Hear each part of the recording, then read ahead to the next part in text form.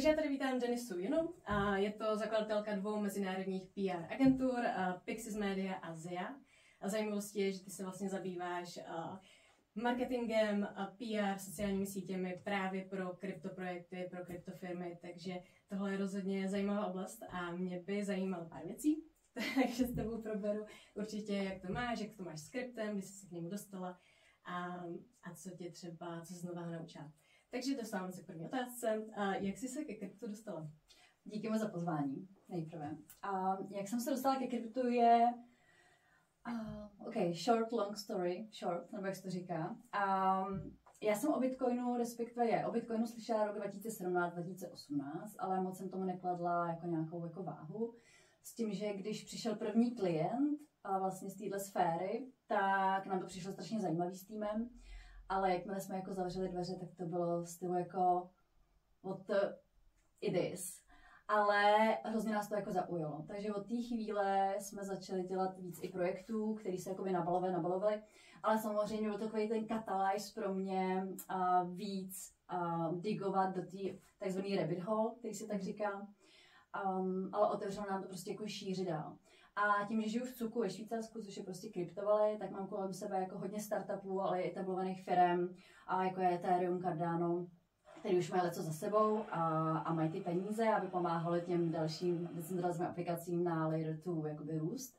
Takže já se kolem nich jako ochomítám i já a učím se jako neustále každý den. To věřím, to je totiž určitě hodně, co se učit.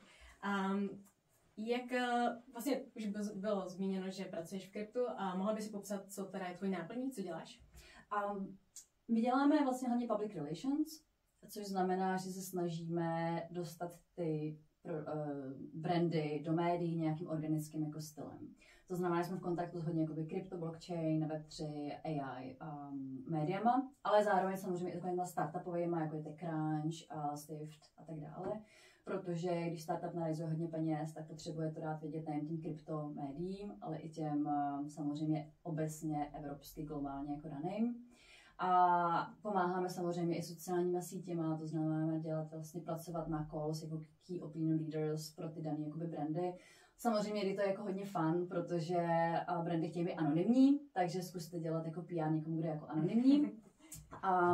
Takže to je ve zkratce, co jakoby Zia dělá.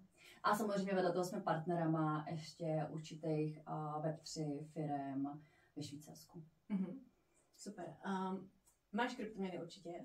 Jak je používáš? Respektive nepoužívám je na denní bázi. Já nejsem žádný trader, ani nejsem fanatik do memecoinu, ale já používám Bitcoin, jenom Bitcoin a ten spíš jako k dlouhodobý valuaci a toho, jak jako vnímám v úvozovkách do budoucna a svoji penzi a svůj jako důchod. A doufám v to, že to bude něco, co prostě mi přinese jakoby peníze a budu jakoby na klid, ale nemám nervy jako tradovat.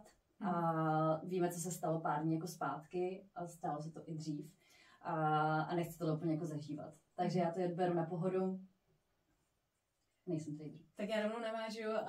My jsme se vlastně, Denisa zmínila, že přednedávnem, no teďka pár dní nazpátek, byl nějaký cenový propad. A mě teda zajímá, jak zvládáš případně bear markety, ty cenové propady, jestli máš třeba nějakou strategii, nebo je to právě něco, co neřešíš? Krypto je volatilní. Všichni to jakoby víme. To znamená, vždycky bychom měli investovat jenom to, co jsme ochotní, když už, tak jako ztratit. To znamená, že to i je jako moje poučka. Určitě, jako když si vydělám $100 000, tak je tam prostě rešel pro všechny do Bitcoinu. Jo, vždycky tam musíme nějaký partial stav toho, co si dokážeš dovolit a co tě nebolí, když to ztratíš. Protože znám lidi, kteří jako ztratili a brečeli a byly to prostě jejich veškeré jako úspory, takže moje strategie tohle určitě jako není. Super, rozumím. A v kryptu už si nějakou dobu změnil se tvůj názor na kryptoměny, ať už třeba jako negativně nebo pozitivně? Samozřejmě chápu, že v tom pracuješ, takže ti to přijde vlastně možná už teďka normálně běžná věc, ale jak moc se třeba ten názor vyvíjel? Ten názor se vyvíjel takovou tou křivkou, jak si myslíš, že všechno víš, najednou vůbec nic nevíš, hrozně to dlouho trvá a pak najednou to jde jako víš a začínáš jako chápat. Takže pro mě to opravdu, jak jsem jednou řekla, byla jako rabbit hole, já myslím, že to je pro každýho. A i v dnešní době, byť jsem prostě v tom 4, skoro 5 let, tak se učím každý den, protože ten trh ve Web3 je neskutečně jako rychlej, ten scale-up je tam nehorázně prostě fast. Takže já si myslím, že se všichni učíme jako každý den. A je kolikrát hrozně náročný se jako orientovat v tom, čemu věřit a čemu jako nevěřit. Takže do your own research je velice jako důležitý. Super. Je něco, co tě na kryptoměnách odrazuje? Teď jsem se toho trochu dotkla a jsou to fakt jako skemeři, kterých je prostě neskutečně moc a nechci nikoho jako odradit prostě od krypta nebo od využití jako nových digitálních jako možností, které se jako očekávají. Ale myslím si, že buď musí nastat musí začít vznikat takový security a takový jakoby projekty, které začnou více orientovat na security a toho, aby prostě Web3 svět byl jako trošku od těch skemů katnutej, protože jich je fakt jako neskutečně moc. A na Twitteru ti chodí prostě hrozně moc skemových jako zpráv, nabídek prací a airdropy, který prostě jsou skemový, rug pooly, takže tohle mě jako odrazuje. Ale na druhou stranu mě osobně to nevadí, protože tím, že na TikToku třeba ještě jako edukuju úplný začáteční, který jsou jako vůbec technicky zdatný ve Web3, tak jsem udělala sérii videí, které se orientují na skemové útoky, hackery a tak dále. Takže trochu i mám jako povědomí, plus naše druhá agentura spolupracovala hodně s etickými hackerama a cybersecurity klientama. Takže mám povědomí, ale i mně se jako stalo. Ne ve Webu 3, je to srandovně, a ve Webu 2 jsem byla jako, jak se tomu říká, ta oběť. Aha, dobře, a na to byla teda moje další otázka, jestli se někdy právě se napálila nebo... No, ano, ale Webu 2, takže bych se toho tak úplně jako nedotýkala, to byla prostě taková ta jako blbost, kdy si člověk myslí, že něčem ušetří a prodělá nakonec. Dobře, to mrzí.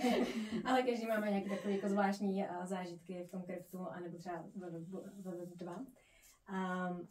Mě by zajímalo, kam si ráda chodíš pro informace? Ty máš, jako sleduješ velké množství kryptových účtů, projektů a je něco třeba, odkud si konkrétně bereš informace, kde tě to třeba nejvíc vyhovuje, kde to má dobře zpracovaný? Jo, já jsem takový trochu old schoolista v tomhle, já ráda šáhnu jako fakt po knížce a teďka se nebavím fakt jako o čtečce, ale prostě já tahám takový ty tuny knih, já jsem mám ve svém věku, furt mám ještě lítačku do knihovny v Curychu. Jo, a teď nedávno jsem tam šla s takovouhle jako taškou, ale váží to třeba 5 kilo. Takže ano, není to praktický. Takže já nejradši jako chodím pro knihy. Teďka na stole zrovna jakoby Token Economy, která je z roku 1945 a zabývá se vlastně fakt jako psychologií vůbec, jak vnímáme rewards v případě nějakých společenských aktivit. Je to prostě úplná jakoby psychologie. To znamená, že to, jak jakoby my vnímáme tokenizaci ve Web3, tak z toho neskutečně čerpá. A je vidět, že vlastně z té klasické sociální vazby, jak my vnímáme nějaký pro nás reward, česky to je odměna, děkuji, tak jak to teďka funguje v digital jakoby, marketu. Takže třeba tohle je jako jedna z knih, kterou mám teďka na stole. Chci si hrozně přečíst vlastně od zakladatele Sixten Z, teď mi vypadlo jeho jméno, to je prostě vždycky, jo, Chris Dixon. A jeho knihu To Read, Write, Own, nevím, jestli jsi třeba četla ještě, ale má to být jako bestseller, výborná kniha, která popisuje vlastně přerod weby na Web 3, ale i celkově jako jak popisujeme náš svět, který teďka žijeme, tak jak ho popisujeme vlastně ve Webu 3, protože veškeré věci, které my teďka žijeme, tak jsou taky možné popsat do digitalu. Jo, jak vnímáme prostě silnice, jak vnímáme budovy, že máme prostě, že silnice jsou nějaké jako blockchainy a ty to všechno jako propojují a tak dále. Takže on to údajně má hezky jako popsaný, že jsem se k tomu nedostala. Jinak samozřejmě z onlineu já hodně sahám do Twitteru a LinkedInu. Twitter je fajn jako na edukaci, takových těch fast jako informací. LinkedIn je více serióznější, musím říct, a je tam i víc skemů, takže pro mě LinkedIn je takový ten primárnější zdroj. Na LinkedIn chodím spíš těm důvěryhodnějším informacím, protože to jsou lidi, kteří jako opravdu jako znám, že to nejsou skemoví lidi. Na Twitteru prostě nikdy jako nevíš a je lepší třeba se propojit s někým na LinkedInu a potom na Twitteru. To je můj jako názor. Takže můj další jako zdroj je třeba moje kamarádka Alex o podcastu, která dělá Web3 marketing a vlastně si zve k sobě do podcastu různý jako lidi z celého světa, který dělají třeba marketing MetaMask, Binance a tak dále, takže ta má velice jako zajímavé informace, které jsou pro mě v mém oboru jako zajímavé, co se zrovna jako kde děje. Nedávno měla třeba jako podcast Web3 Cookies, který by neskutečně jako zajímavý. Takže ten, když tak jako určitě doporučuji, kdo chce bridgeovat z Webu 2 na Web 3, a co se týče PR marketingu. Super. A já se jenom zeptám doplňující otázku k těm Twitterovým účtům nebo na LinkedInu. Máš pocit, že je větší množství lidí, kteří v téhle oblasti pracují a mluví o tom? Protože já myslím, že to je jako obecně asi trend, že prostě čím dál víc lidí to považuje za běžnou věc, hele, mám kryptoměny nebo se o to zajímám. Vidíš to i ty na tom LinkedInu? Nebo je to pořád níž oblast? Ono jde o to, že tobě se vlastně ta sociální síť, na který seš, tak se orientuje k tomu, jaký feed máš. Jasně, takže bohužel právě, no. Takže jako můj Twitter je plný prostě CryptoBros, jo. Takže a nedokážu jako říct, jestli to jako v tomhle níž. A samozřejmě na tom LinkedInu, tam mám, dá se říct, takový 2 cílové skupiny, tím, že prostě jsem Češka, pocházím z Čech, tak samozřejmě mám tady nějaký network, který tam furt jako zůstal a jsou to lidi, kteří furt dělají Web2 a jsou to třeba korporátní lidi, ale i startupovýho rázu, ale vůbec se nedotýká jako Webu 3 nebo krypta a tak dále. A spíš naopak z té ciziny tam mám lidi hodně jakoby z krypta, blockchainu a DeFi a tak dále. Takže se tam jako tře a je vidět třeba, že když udělám nějaký post, tak úplně jako jinak to interaguje. Nevím, co se jako dovolit. Takže níž, jo samozřejmě, když se bavím s někým z rodiny, tak vůbec neví, co dělám. Třeba mi řeknou, já jsem myslel, že PR je něco jiného. A říkám, no ono to je PR, já ho dělám jenom sektoru už trochu. Takže je to sranda v tomhle tom. Co nového se naposled učila v kryptu? A už jsem to jako zmínila, teďka snažím se víc jako proniknout do Web3 Cookies, který prostě si myslím, že jsou must have, pokud jsi marketér ve Web3 a hrozně to jako ulehčí jako život. A potom v Curychu spolu jsem začala, ne spolupracovala, ale partnershipuje vlastně naše agentura ZIA s Catalyze, což je hub, platforma pro edukaci ve Web3. Což nám strašně jako nahrává, protože jako ZIA jako taková není jenom PR agentura, ale my jsme si řekli, že chceme být víc pro tu mass adopci a vlastně jako vysvětlovat lidem, kteří vůbec jsou, absolutně nejsou non-tech savvy, co to Web3 jakoby je, ten bridging. Takže vlastně s nima jakoby jsme jeden z prvních calls, kterým jakoby pomáhá vlastně s tím růstem té platformy. Takže to není, že bych se naučila, ale spíš jako do toho víc jako diguju. A hrozně jako fandím teďka klukům třeba ze ZK4, který sídlí jakoby v Lausanne a ty se vlastně snaží zase pro komunitu, která staví na Cardano, tak vytvářejí vlastně díky AI tool, který má pomáhat developerům vlastně usnadnit totálně jako práci, když staví decentralizovanou aplikaci na Cardano.